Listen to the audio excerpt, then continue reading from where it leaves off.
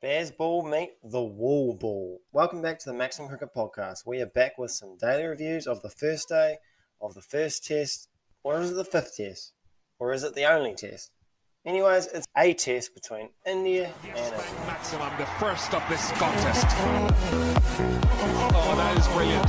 The hero maximum. On the ground, down the ground, another hero maximum. Obviously, this series is a continuation from last year's series. Let's just set the table, if you will. So, a lot of changes between now and then. Both teams have new coaches. Both teams have new captains.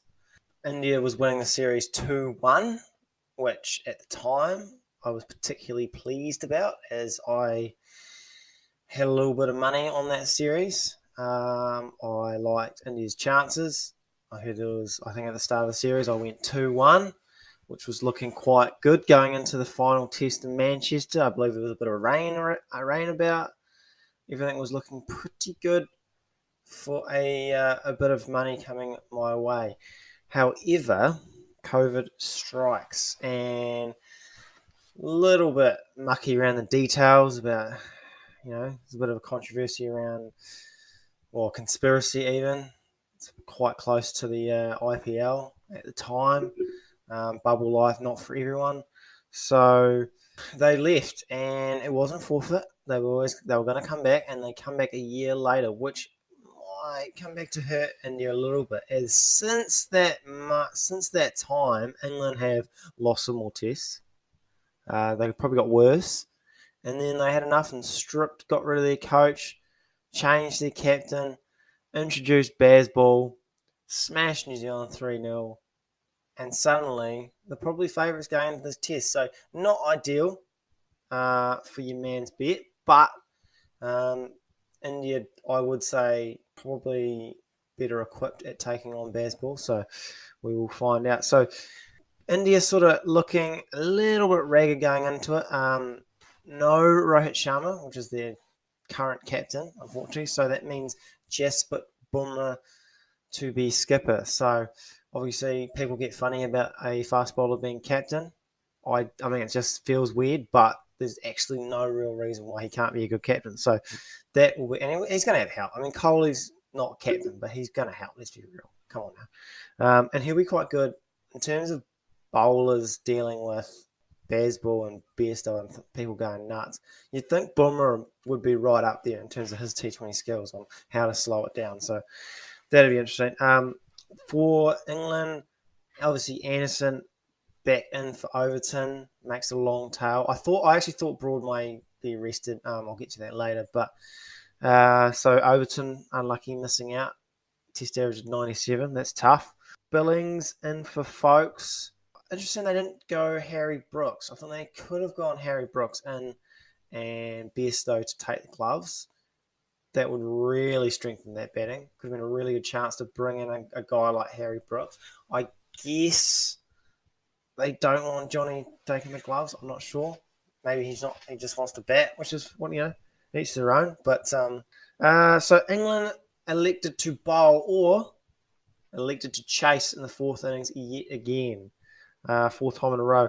For India, no KR Rahul and no Rohit Sharma. Obviously, big losses in terms of the top of the order. One of the big strengths they had this time last year was they were really good at negotiating their new ball. I found they really let the ball go better than most. So to have a completely new opening pair, Shubman Gill, his experiences in England aren't a lot. I guess he played the World Test Championship final.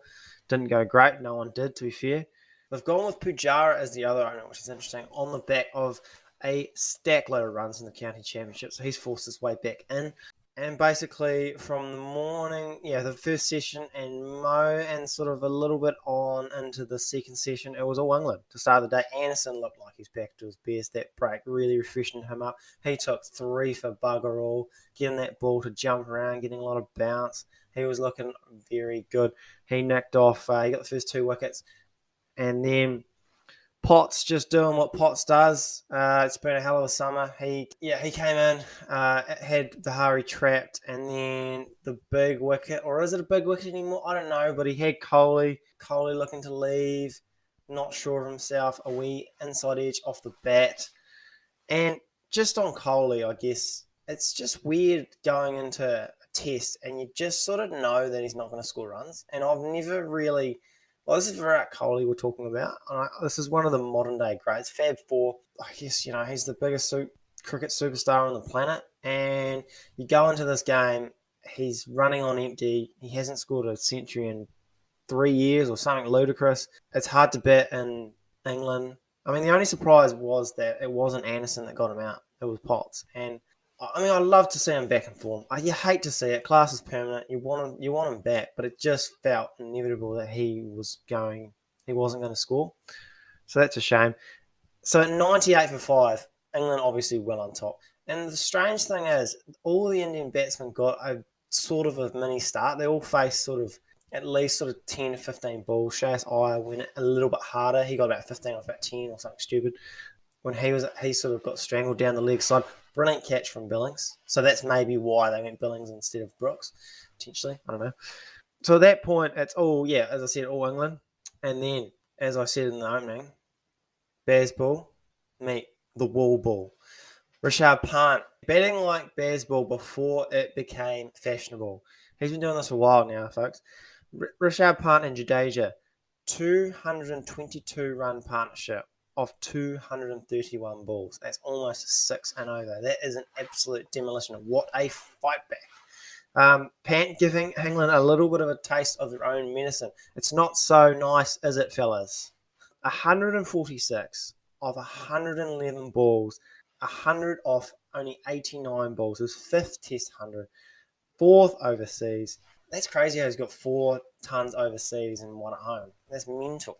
He took a real liking to Jack Leach. So Jack Leach bowled 9 overs for 71, and Stokes really tried to back him. He really did, but Pant just got his number. So they ran a stat on the broadcast, and he basically averages, it's like 150 or 160 run strike rate in all of Test cricket against Jack Leach. He just, that left arm spinning into him, he just took the piss. And it wasn't, the thing about Pant, and he wasn't the only one that got copped at Leach. I think Potts went for a few as well, and Stokes to a lesser extent. But the thing about Pant is he was running down at Anderson, he was doing some of his ludicrous stuff, but he actually plays good cricket shots in between.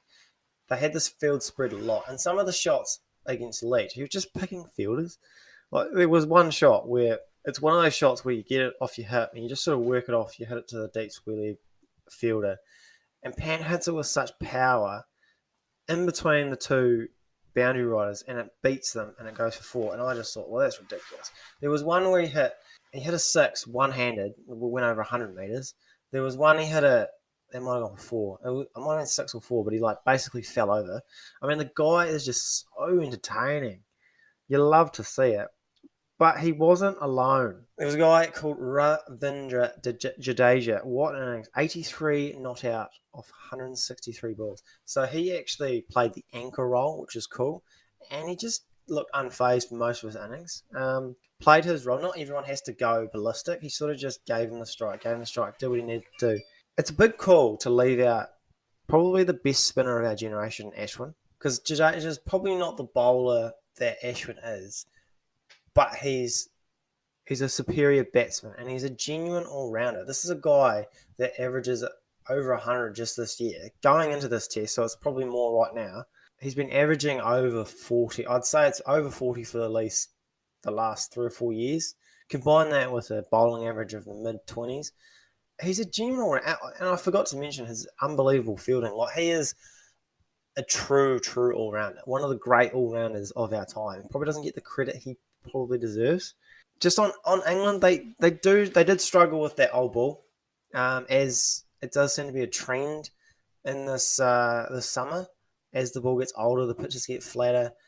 It does seem quite difficult to contain. So if you looked at the run rates per session, the first session was like 2.5, and then the next session was like 5, and that's not all. I mean, Pant and Jadeja aren't going in all of that session. And then the last session is like over 6.